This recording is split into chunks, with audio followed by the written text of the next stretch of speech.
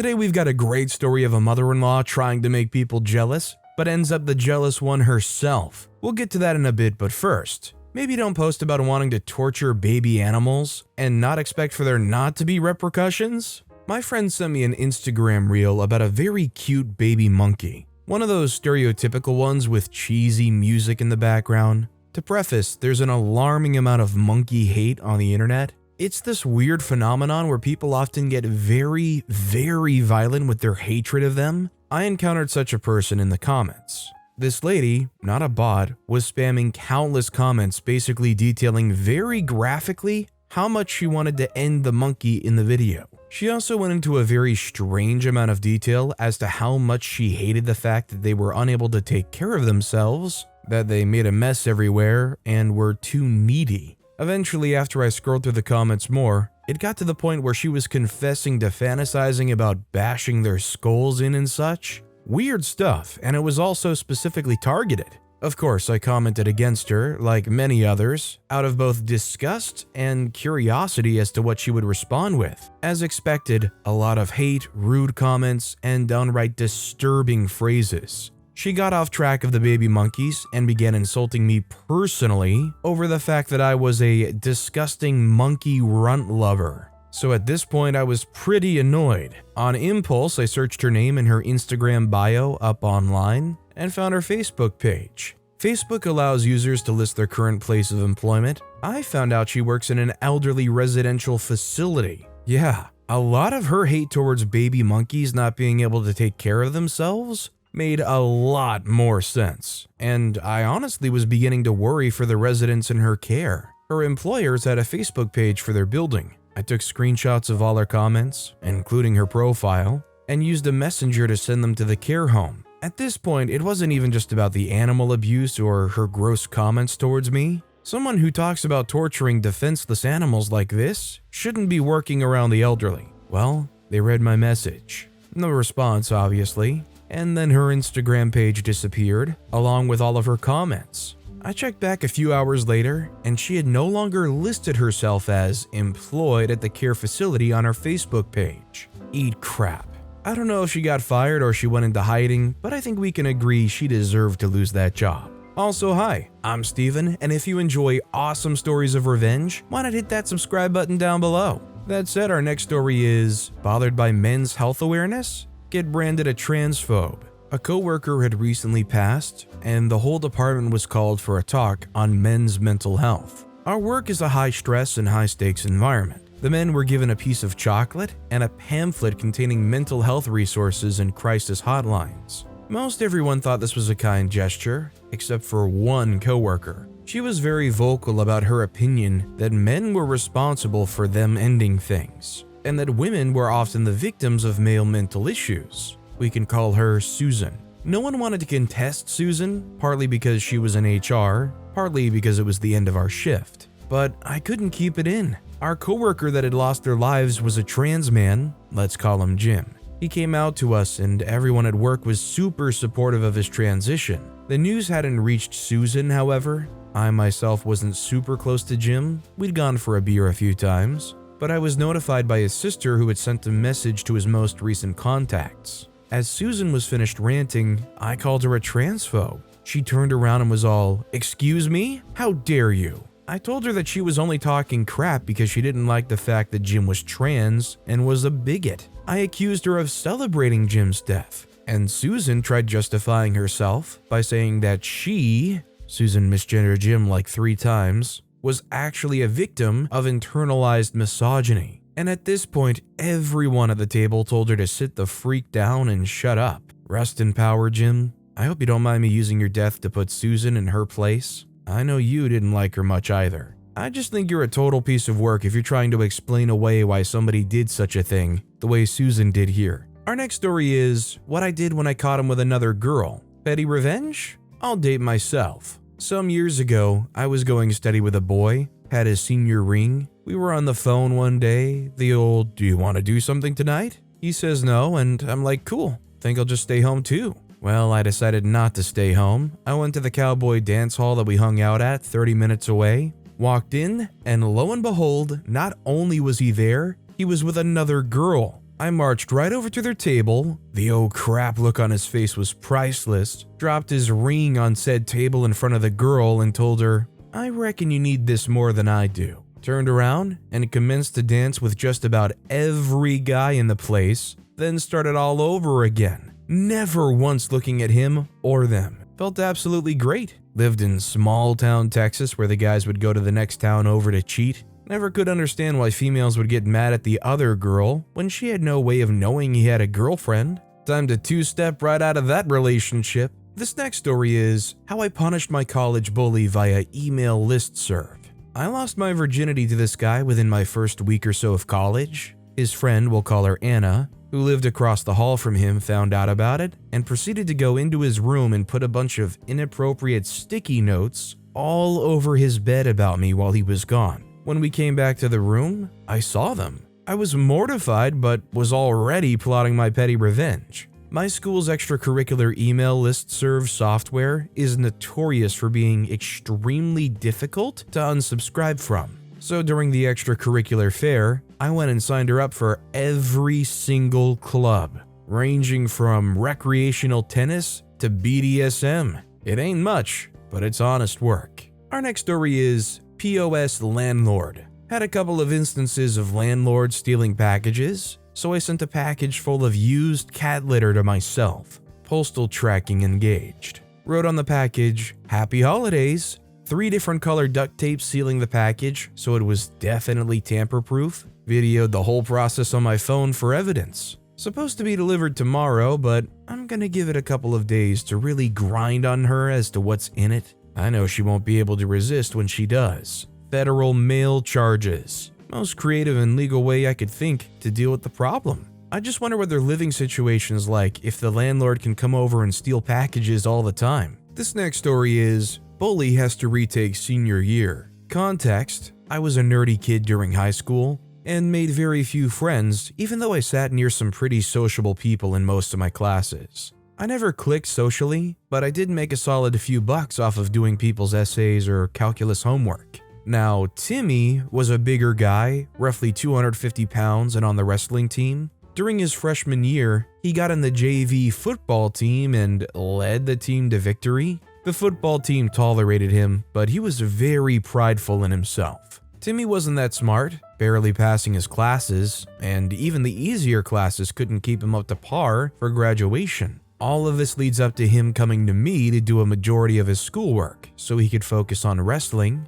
and being back up for the football team. Timmy decided one week to slack off on payments, saying he would pay when he gets his paycheck next week. But he then proceeded to distance between me, only making sure I was doing his work and acting all dumb when asked about when I'd be paid. He ended up having one of his friends go and make sure I was getting his work done, but still no money. One thing I didn't mention was that Timmy gave me all of his school information to use at the library for anything digital, which would be a key role in getting back at him for not paying me for the work. Fourth quarter rolled around and I was still being pushed around. I proceeded to delete all of his digital work and email various teachers using many profanities in order to get him suspended or written up for a few days, lagging him behind. Additionally, I stopped doing his work for him finally and stuck to the crowds I typically sat near during most classes. When he finally arrived back, he tried to explain to the teachers what happened. But since I was closer to a teacher's pet in their eyes than a teenager who would go out of their way to ruin another student's career, they shoved it off and sent him to detention for not confessing to the various things I did on his account. His grades were failing, his year average had set him in a horrible standing of a 2.5 GPA, mainly because he had a good average from earlier parts of the year and so forth, but he couldn't attend colleges that supported his wrestling and football talents. And he had to begin working 2 jobs in order to pay for community college and an apartment after his parents kicked him out. They must not have been that great at wrestling because I feel like there's plenty of colleges that would make it work regardless of academics. Our next story is Accidental Petty Revenge on X. I decided to go to homecoming with my friends because I thought it would be really fun. I bought a 2-piece homecoming fit a couple of weeks beforehand and showed it off to one of my friends. This friend proceeded to tell me that this girl was not very favored in our school for personal reasons and was going to wear the same thing. I told her there was no way I wanted to go to homecoming matching with her, so she suggested I try on her old homecoming dress. It fit pretty well and I fell in love with it immediately, so I went with it. Fast forward to homecoming, I walk in with my friend, we turn in our tickets and put glow sticks on our wrists. We're chatting up our friend group in the corner when one of my friends points out my ex and his new girlfriend, my ex-best friend, had arrived. Being the sweetheart she was, ex-best friend came up to me and gave me a big hug, giving me quite a fake, "It's so nice to see you." My ex-best friend, and the entirety of my friend group watched as we hugged, and came to the realization that we were wearing the exact same dress. My ex got all mad about it, talking crap to his new girlfriend and friends about how she did that on purpose because she wanted to make you look bad, blah blah blah. I just found it rather funny. The best part was later, during one of the slow dances, a guy that my ex considered to be his exaggerated, mortal enemy came up to me and asked if he could dance with me. I accepted his offer. All the while, my ex looked up from his perfect girlfriend to watch my new love story unfold. The jealousy that burned in his eyes keeps me going every day and made the dance all the more better. This next story is, kid insults my eyebrows, he meets browser. I'm from the UK, and my school functions a bit differently to other schools in the region. It's a private school, and we get 2 short holidays, about 2 to 3 weeks, and 2 long holidays, 2 months or so, after every school term. This takes place before our big winter holiday. The antagonist of our story will not be name dropped, so we'll call him Ego Biggins. He's your classic year 7 to 9 high schooler who bullies people for a reaction and soaks up any validation he can get from his pack of equally smooth-brained friends. Also to mention, he's one of those kids who says, "I'm Asian, but I hate Asian people," and who thinks he can get away with racism just because he's not white. You would know what I'm talking about if you've met the type of guy. Anyhow, on to the story. I'm a 14-something kid now, and if you spend more than 5 minutes around me, it would become very obvious that I'm on the autism spectrum. I've never been the best at masking, it just wastes too much energy. Now, if you've met a boy like Ego Biggins in your life before, you would know his type loves to get a reaction out of autistic people, and loves to pick at their vulnerabilities when it comes to social cues. Picture this, Ego's on his procrastination stroll around the art class, seeing who his next victim could be. He starts picking on the kid sat next to me, saying how his artwork had the colors of the Romanian flag, like it was a bad thing? I could never be able to put myself in the shoes of kids like this guy. I just tell the nice kids next to me to ignore him because Ego's diet consists of internalized insecurities and reactions from other kids. Seeing that I knew how his quote on humor worked, he decided to find a different group of kids to pick at. Later in our lesson, I was finishing up on my Andy Warhol and Roy Lichtenstein inspired piece. I could ramble on and on about all different types of pop art and what a big movement it was. Ego Biggins toddles my way once again. He's singing a song, awfully may I add, that was along the lines of, "I wish I knew you wanted me," over and over again. My friend and I made a joke about how nobody would want him if he kept singing like that. Ego Biggins probably heard this and told us to shut up and made comments toward my friend's art once again. So I said in return, "I know what you're like, Ego. You only say crap like that to get a reaction out of people. It's kinda sad, honestly." Then he did something that I would never let slide. Made a joke about my eyebrows. My eyebrows are a big part of me, metaphorically and physically. They're pretty large, but I would never be ashamed of my little face pals. Growing up in the UK in the mid to late 2000s, you would know that thin eyebrows were a huge fad. And if you had thick eyebrows like I did, you were ugly and horrendous looking. The trend died down very quickly, but I was still left with a lot of body and facial issues because of it. Both me and my older brother had thick eyebrows growing up, special thanks to our dad. And at one point, my brother shaved off half of his eyebrows because kids at school made fun of them. We were probably 8 and 7 at the time too, which just made it worse. Ever since then, I was taught to love and cherish my thick eyebrows by my parents, and should never be ashamed of them. And even later, thick eyebrows became a trend. and everyone dreamed of having my bushy boys once again. 1 point on the scoreboard for humans being way too confusing. I try to be the friend that you can go to when crap just happens. I've had a fair share of bad experiences myself, so I know what it's like when you just need a person to talk to. If I had 20 pence for every time one of my friends came up to me to crap talk and gossip about ego biggins, in the wise words of Victorious, you'd be here and I'd be on a yacht. Let's just say he wasn't very well liked and would just try to stick with his stuck-up buddies. Knowing a lot of things about ego biggins, I decided the next time he tried something, I would give him exactly what he wanted, a reaction. And so he did. He took a blow at one of my friends, and I went off. Oh my freaking god, ego biggins, you are so annoying. No wonder why everyone talks about you behind your back. His big shot character broke away for a split second, and you could tell he was not ready for what I said, but I just kept going. All you do is crave support from people who don't even want you here. What I said got a chuckle from some kids in the class, and some even agreed that he should just sit down and continue his work like the rest of us. No wonder why even your friends talk about you behind your back, I repeated. In real life, there were probably a lot more stutters and murmurs than I written out, but I got my point across. He stammered and looked around at his friends, who were just as stumped as he was. He responded with a whatever and a sarcastic, that was really hurtful. I'm going to tell the teacher. I could tell he didn't know what else to say. I've dealt with kids like him, and a sarcastic, that really hurt, is their last retort. It's always so pathetic.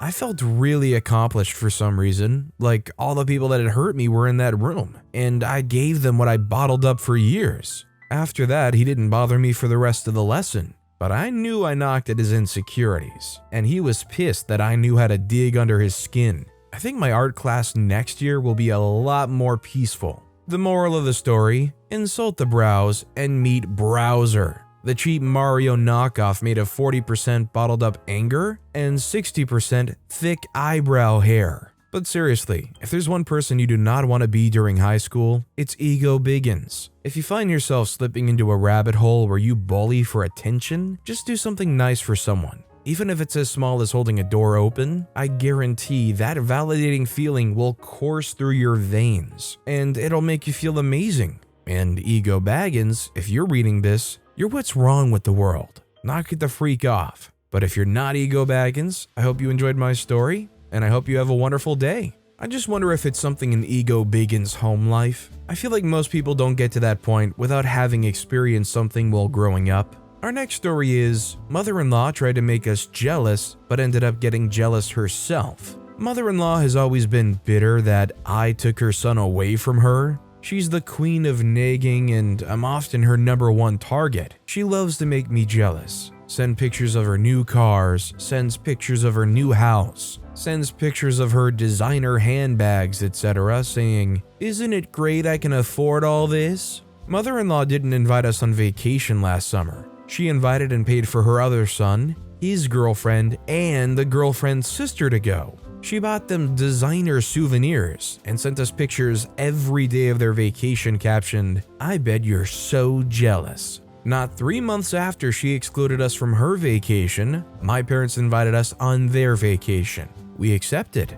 Mother-in-law was furious. Jealousy is not a good look on her. She threw a tantrum saying that she was losing her little boy and that she wanted to be the best mom in the world. She was so jealous that my mother was getting more attention than her. She cried about how she never sees us and how we've always shown blatant favoritism towards my parents. The best bit of all this? It was at this moment significant other decided to tell her that we're moving 5 hours away to my parents' city. You'll never win with somebody like this. They want to be the best mom ever, and they're so jealous, but they specifically choose not to invite you to stuff. That said, our final story of the day is, I kicked my ex-friend out of her group. I'm a 22-year-old guy, and the one I'll be talking about is a 17-year-old female, who I'll refer to her as Jane in this post. Due to physical and mental health issues, I had to quit my studies for 4 years since I was 17 years old. For context, a normal flu could get me lying on the bed for 2 weeks. All these years I've been going in and out of the hospital, therefore I've accumulated up to $100,000 of hospital fees. After 4 years of being at home, I feel like I was nursed well enough to continue my studies, as well as get a part-time job as a waiter at a restaurant to pay off the debts. Through relationships of my parents with a church, I was able to be enrolled to a Christian school. I was allowed to study in a classroom of 17-year-old students. Due to the pandemic, my first term's classes have to be conducted online. Jane is the outgoing popular girl in the school. She grew fond of me and we've been chatting. We get to know each other through texting. We haven't yet known each other for long, but Jane requested for us to call instead of chatting, and then it escalated into a video call which could last for hours. Honestly, I wasn't comfortable with her calling me, not to mention video calls. It just feels like everything happened too fast. She would spam me for a voice or video call. If I rejected, she would then send me a barrage of texts,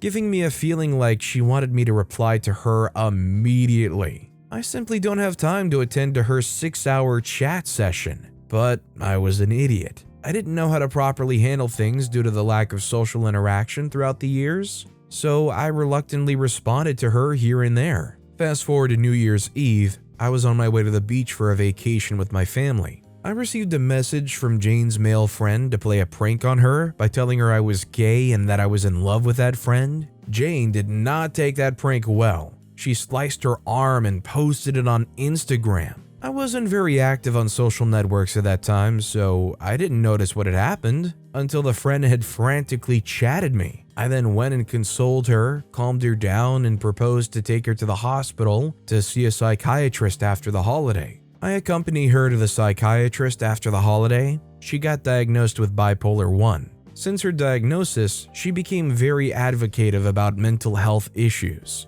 and seemed like she's bragging about her new status to her friends. She would do the same thing as before, take pictures of it and post it online several times, singing and tagging the "Scars to Your Beautiful" song. We have to constantly give her attention to keep her from doing so again. Time goes and I feel like she grew more and more toxic. If I were to chat with other girls to discuss our homework, she would throw a tantrum, throw things across the classroom, attempt to do the same thing as before in front of the class. We have to give her more attention. She kept calling and texting me to the point that I myself got depressed. I couldn't get anything done. The calls and chats would last around 6 hours. If I were to call a stop to it, she would reply, "Then please reply to me at so-and-so period." Her texts are sometimes hostile, berating me for not giving her enough attention. I was so depressed that my studies are declining, so I blocked her. But when I go to school the next morning, she'll then use her friends to surround me into unblocking her. Even when I was in class doing my own thing reading books, she would come to me and demand to look her in the eye when talking to her, or she'll berate me again.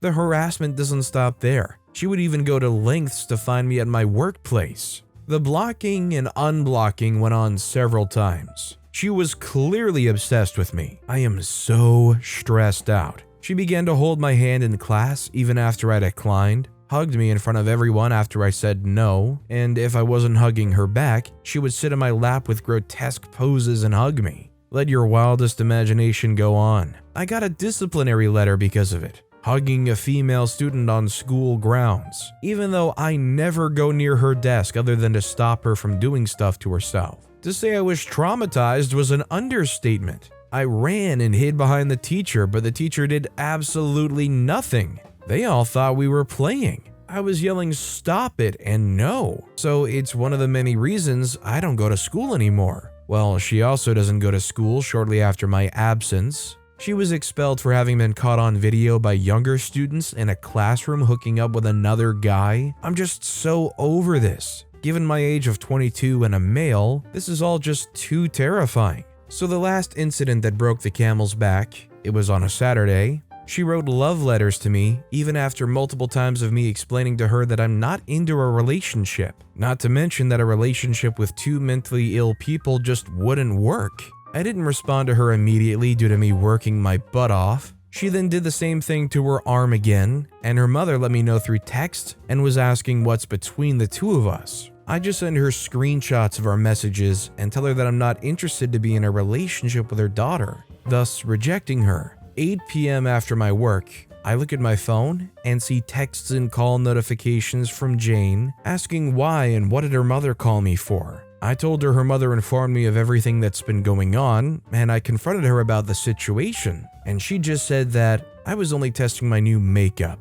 You know, Halloween's around the corner, that's why. I didn't hurt myself, my mother just got it all wrong. I then explained the situation to her mother and asked the mother to check up on her makeup again. Affirmative. I confronted Jane about her lie, and she began to hyperventilate, complaining about a fever, irregular heartbeat, and dizziness. She told me she accidentally overdosed on medications, thinking they were vitamins. Instead of taking 1 pill a day as prescribed by the doctor, she took 6, which is a whole tray of medication. I grew frantic and gave her first aid knowledge and told her to get her mom. She says my mom isn't home. I say, BS, your mother just checked on you. She says my mother's sleeping. I say, are you kidding me right now? You're in a life or death situation and you're afraid of waking your mother up? You've been lying to me all this time. I don't know whether or not to trust you. If you don't put your mother on the line now, I dare you to dare me. I'll call the ambulance along with the police.